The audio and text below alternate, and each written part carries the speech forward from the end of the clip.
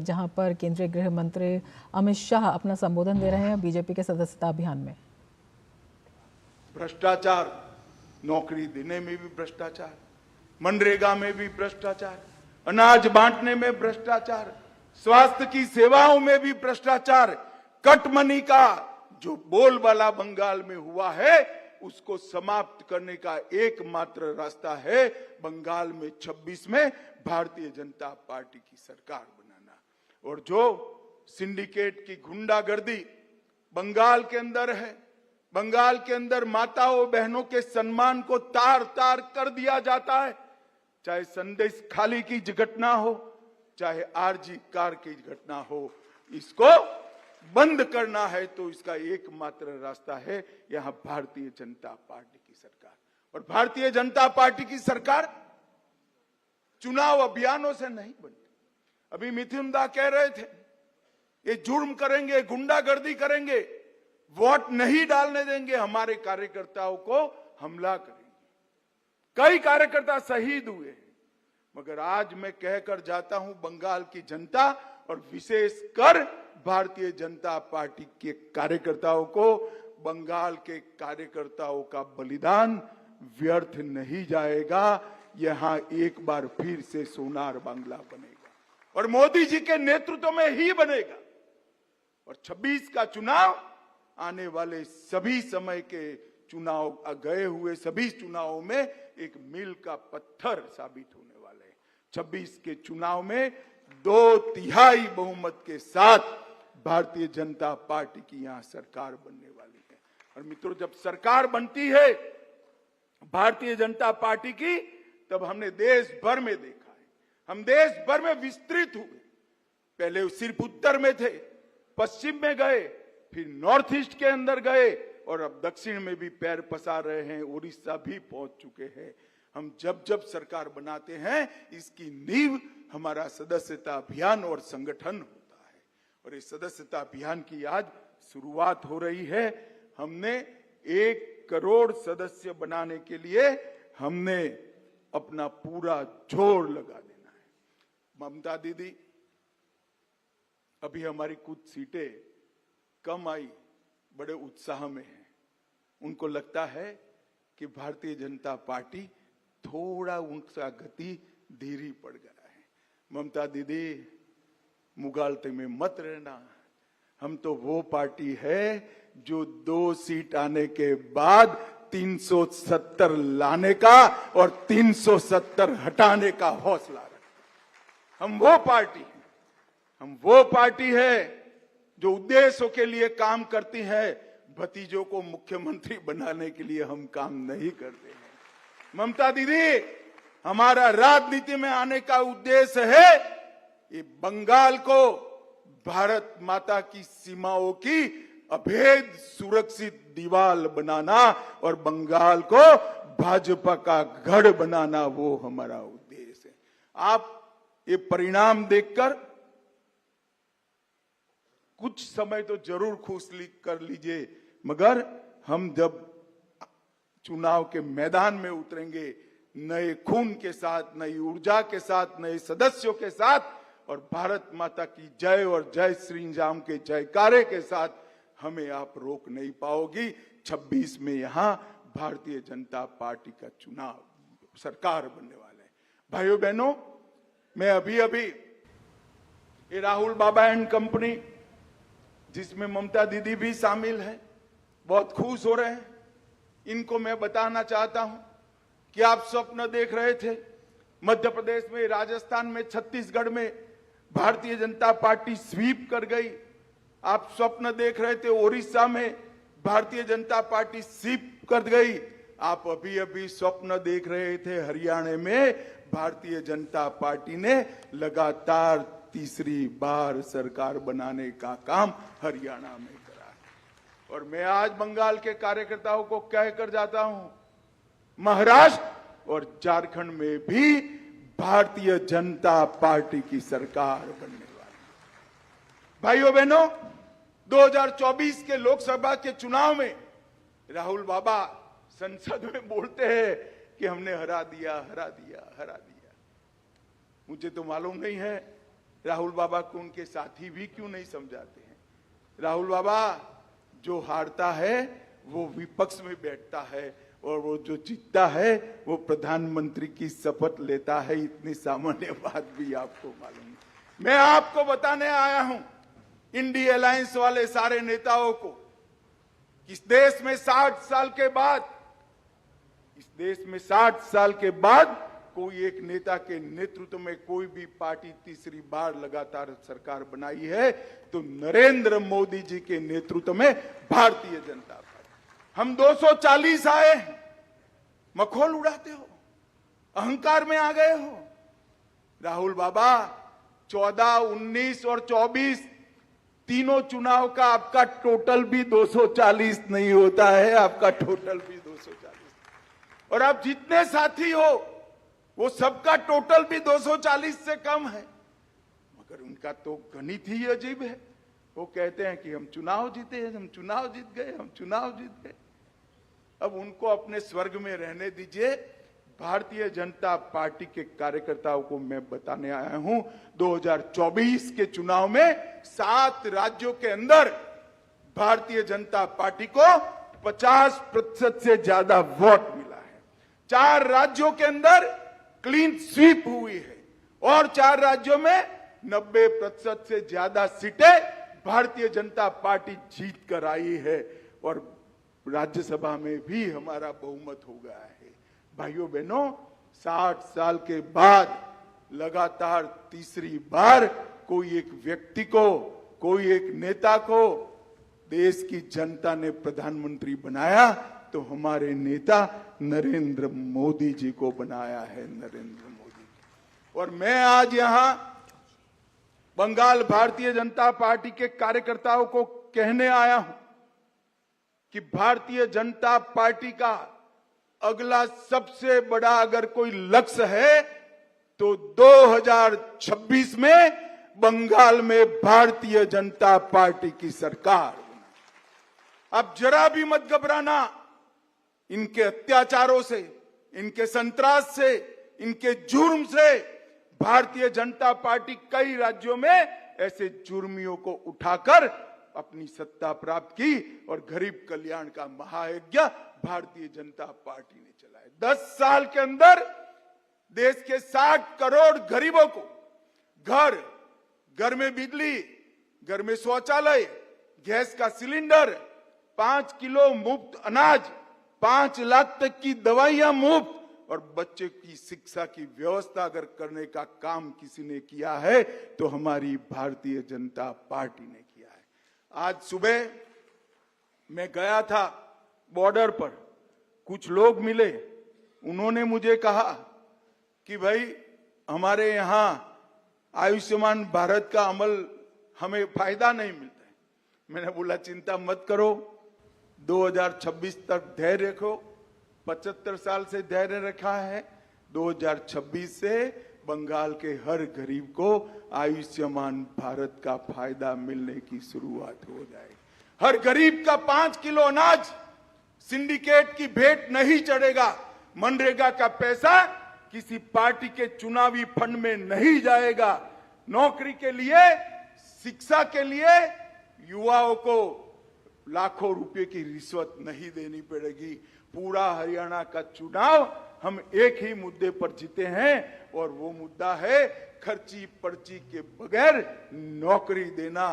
कोई खर्चा भी नहीं होता, कोई सिफारिश भी नहीं होती, डाकिया घर में अपॉइंटमेंट लेटर लेकर आ जाता है। मैं बंगाल के युवाओं को भी कहना चाहता हूं, पारदर्शी तरीके से अगर नौकरियां लेनी है तो केवल और केवल ये भ्रष्टाचार को भारतीय जनता पार्टी नाबूद करे। भाइयों बहनों, ममता दीदी हम पर आरोप लगाती कि मोदी जी बंगाल में विकास नहीं होने, अन्याय कर रहे हैं। मैं आज इस कार्यक्रम के माध्यम से करोड़ों कार्यकर्ता देख रहे हैं, उनके सामने ममता दीदी को पूछना चाहता हूं, 10 साल तक इंडी अलायंस की सरकार रही, आप इसका समर्थन कर रही थी, कितना पैसा दिया इंडी अलायंस ने बंगाल को? 10 साल तक 2004 से 14 तक रही, वो जवाब नहीं देती। मैं आज जवाब देता हूं बंगाल की जनता को। 2004 से 14 तक 2,09,000 करोड़ रुपया 10 साल में यूपीए की सरकार ने, इंडिया अलायंस की सरकार ने दिया। और ममता दीदी, अब कान खोल कर सुन लो। 14 से 24 मोदी जी की सरकार चली, एनडीए की सरकार चली, भाजपा की सरकार चली।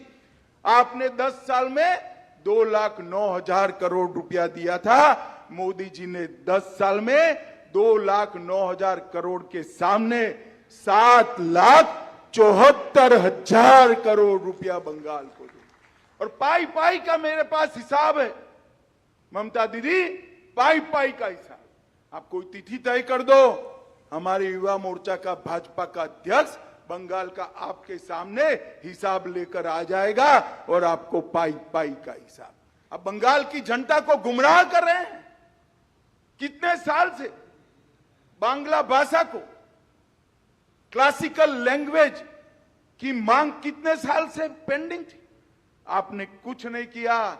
बंगाली भाषा को अगर क्लासिकल लैंग्वेज बनाने का काम किया तो हमारे नेता नरेंद्र मोदी जी ने, कवि जयदेव, महाकवि चंडीदास, बंकिम बाबू, कवि गुरु रविंद्रनाथ जी और शरद चंद्र चट्टोपाध्याय के स्वप्न को पूरा करने का काम हमारे नेता और देश के प्रधानमंत्री नरेंद्र मोदी जी के। और जब हमने बांग्ला को शास्त्रीय भाषा का, क्लासिकल लैंग्वेज का स्टेटस दिया, ममता जी इतनी स्पिरिट भी आप नहीं दिखा पाई कि देश के प्रधानमंत्री का सम्मान करे, आभार जताएं। भाइयों बहनों, ये जो पॉलिटिक्स की शुरुआत ममता जी ने बंगाल में करी है, उसका अंत हमें 2026 के चुनाव में करना है। वो कह रही है कि मनरेगा में अन्याय हो रहा है। मैं आज आंकड़े लेकर आया हूं, दीदी कान खोल कर सुन लो। यूपीए में 10 साल में मनरेगा के लिए 15,000 करोड़ रुपया दिया और एनडीए ने 10 साल में 15,000 करोड़ के सामने 54,000 करोड़ रुपीस, 54,000 करोड़ रुपया देना था। मगर दीदी, ये 15,000 हो या 54,000 हो, वो बेचारे मनरेगा के मजदूरों के हाथ में नहीं पहुंचा। आपकी सिंडिकेट बीच में ही चाऊ कर गई है। मैं बंगाल के मजदूरों को विश्वास दिलाने आया हूं, मनरेगा के लाभार्थियों को विश्वास दिलाने आया हूं, 2026 में परिवर्तन कर दीजिए। पाई पाई मनरेगा की आपके बैंक अकाउंट में जमा हो जाएगी, कोई बीच में से नहीं। प्रधानमंत्री ग्राम सड़क योजना आपने 5400 करोड़ दिया, मोदी जी ने 17,000 करोड़ दिया। प्रधानमंत्री आवास योजना आपने 4500 करोड़ दिया, मोदी जी ने 50,000 करोड़ रुपया दिया। राष्ट्रीय ग्रामीण आजीविका मिशन बैंक के लोन 630 करोड़, मोदी जी ने 91,000 करोड़ दिए। कहीं कोई मैच नहीं है ममता दीदी। क्या झूठ बोल रही हो? क्या बंगाल की जनता को गुमराह कर रही हो? आप मानती हो कि बंगाल की जनता कुछ जानती नहीं है? हम आज कह कर जाते हैं दीदी, भारतीय जनता पार्टी के 1 करोड़ सदस्य बनने वाले हैं। हम कम थे तब भी नाकों में पानी ला दिए थे। 1 करोड़ क्रॉस हो जाएंगे, आपकी पार्टी का क्या होगा वो आप सोच कर रखो। भाइयों बहनों, आज इस संगठन पर्व की यहां पर शुरुआत हो रही है। उस वक्त मैं बंगाल भारतीय जनता पार्टी के हर एक कार्यकर्ता को कहने आया हूं, देश भर में सदस्यता अभियान का एक मतलब है और बंगाल में सदस्यता अभियान के कई मतलब हैं। देश भर में सदस्यता अभियान का मतलब है संगठन को मजबूत करना, पार्टी को आगे बढ़ाना, हमारी लोकतांत्रिक परंपराओं को आगे बढ़ाना, हमारी चुनाव प्रक्रिया को आगे बढ़ाना। बंगाल के अंदर सदस्यता अभियान का मतलब है घुसपैठ को रोकना, बम धमाकों को रोकना, गौ तस्करी को रोकना, कोयला तस्करी को रोकना, माताओं बहनों के अपमान को रोकना और जो रैंपड करप्शन चल रहा है वो रैंपड करप्शन को भी समाप्त करना। अगर सोनार बांग्ला बनाना है तो हमारे पास एक ही विकल्प है। लाल भाइयों को भी लंबा समय सत्ता दिया, कांग्रेस ने भी लंबा समय काम किया और तृणमूल का भी बहुत समय हो चुका है, समय भी अब उनका समाप्त हो चुका है। अब एक ही विकल्प बचता है, केवल और केवल भारतीय जनता पार्टी। और इसलिए मैं आज बंगाल भारतीय जनता पार्टी के कार्यकर्ताओं का आह्वान करने आया हूं कि यहां पर कानून का शासन प्रस्थापित करने के लिए, यहां पर बंगाल की संस्कृति को पुनर्जीवित करने के लिए, दुर्गा पंडालों के सम्मान की रक्षा करने के लिए, माताओं बहनों के सम्मान की रक्षा करने के लिए एक मजबूत भारतीय जनता पार्टी बनानी है। आने वाले समय में हर घर, हर गांव, हर गली भारतीय जनता पार्टी के कार्यकर्ता जाएं और इस नंबर को प्रेस कराकर बंगाल की जनता को, विशेषकर बंगाल के युवाओं को और माताओं को भारतीय जनता पार्टी का सदस्य बनाए। उस वक्त आप पर जो एसएमएस आएगा उसमें एक फॉर्म होगा जिसमें सदस्य की डिटेल डालनी है। वो डिटेल भी भर कर दीजिए, जिससे उनको आने वाले समय में भारतीय जनता पार्टी के साथ जोड़ने की एक प्रक्रिया हो, भारतीय जनता पार्टी के काम को गति देने की एक प्रक्रिया हो। हर घर में जाइए, युवाओं को, महिलाओं को, हर कॉलेज के अंदर युवाओं को, युवतियों को भारतीय जनता पार्टी के कार्यकर्ता बनाइए। मनरेगा के पीड़ित मजदूर, बंगाल के गरीब बीमार और जिसको नौकरी चाहिए, जो भ्रष्टाचार से परेशान हो गया है, वो युवाओं को भारतीय जनता पार्टी के साथ जुड़िए। जिनके सम्मान के साथ तृणमूल कांग्रेस के कार्यकर्ता खिलवाड़ कर रहे हैं, वो माताओं बहनों को भारतीय जनता पार्टी के साथ जुड़िए। यहां पर धान की खरीदी नहीं होती है, धान की खरीदी जिन किसानों की नहीं होती है, वो किसानों को भारतीय जनता पार्टी के साथ जोड़िए। और बंगाल भारतीय जनता पार्टी के जो सैकड़ों कार्यकर्ताओं ने जान देकर अपना बलिदान दिया है, वो हुतात्माओं को याद कर अपने 1 करोड़ के लक्ष्य को पूरा करिए। मुझे बताइए भाइयों बहनों, 1 करोड़ का लक्ष्य बंगाल भारतीय जनता पार्टी का पूरा होगा या नहीं होगा? अरे जोर से बोलिए, होगा या नहीं होगा? हम घर घर जाएंगे क्या? हर युवा, महिला, किसान, मजदूर को सदस्य बनाएंगे क्या? 1 करोड़ सदस्य की भारतीय जनता पार्टी बनाएंगे। 26 में प्रचंड विजय की नींव डालने का काम करेंगे। भारत को महान बनाने के मोदी जी के अभियान के साथ बंगाल जुड़ेगा। तो मेरे साथ दोनों हाथ उठाइए, उठाइए दोनों हाथ और 1 करोड़ के लक्ष्य को पूरा करने के संकल्प की मुट्ठी भींचकर बोलिए, भारत माता की वंदे वंदे, जय श्री राम, जय जय श्री राम। आप सभी को बहुत बहुत धन्यवाद और मिथुन दा को फिर से एक बार अभिनंदन और बधाई। तो गृह मंत्री अमित शाह को आप सुन रहे थे, वो पश्चिम बंगाल के दौरे पर हैं और पश्चिम बंगाल के कोलकाता में उन्होंने भाजपा का सदस्यता अभियान जो है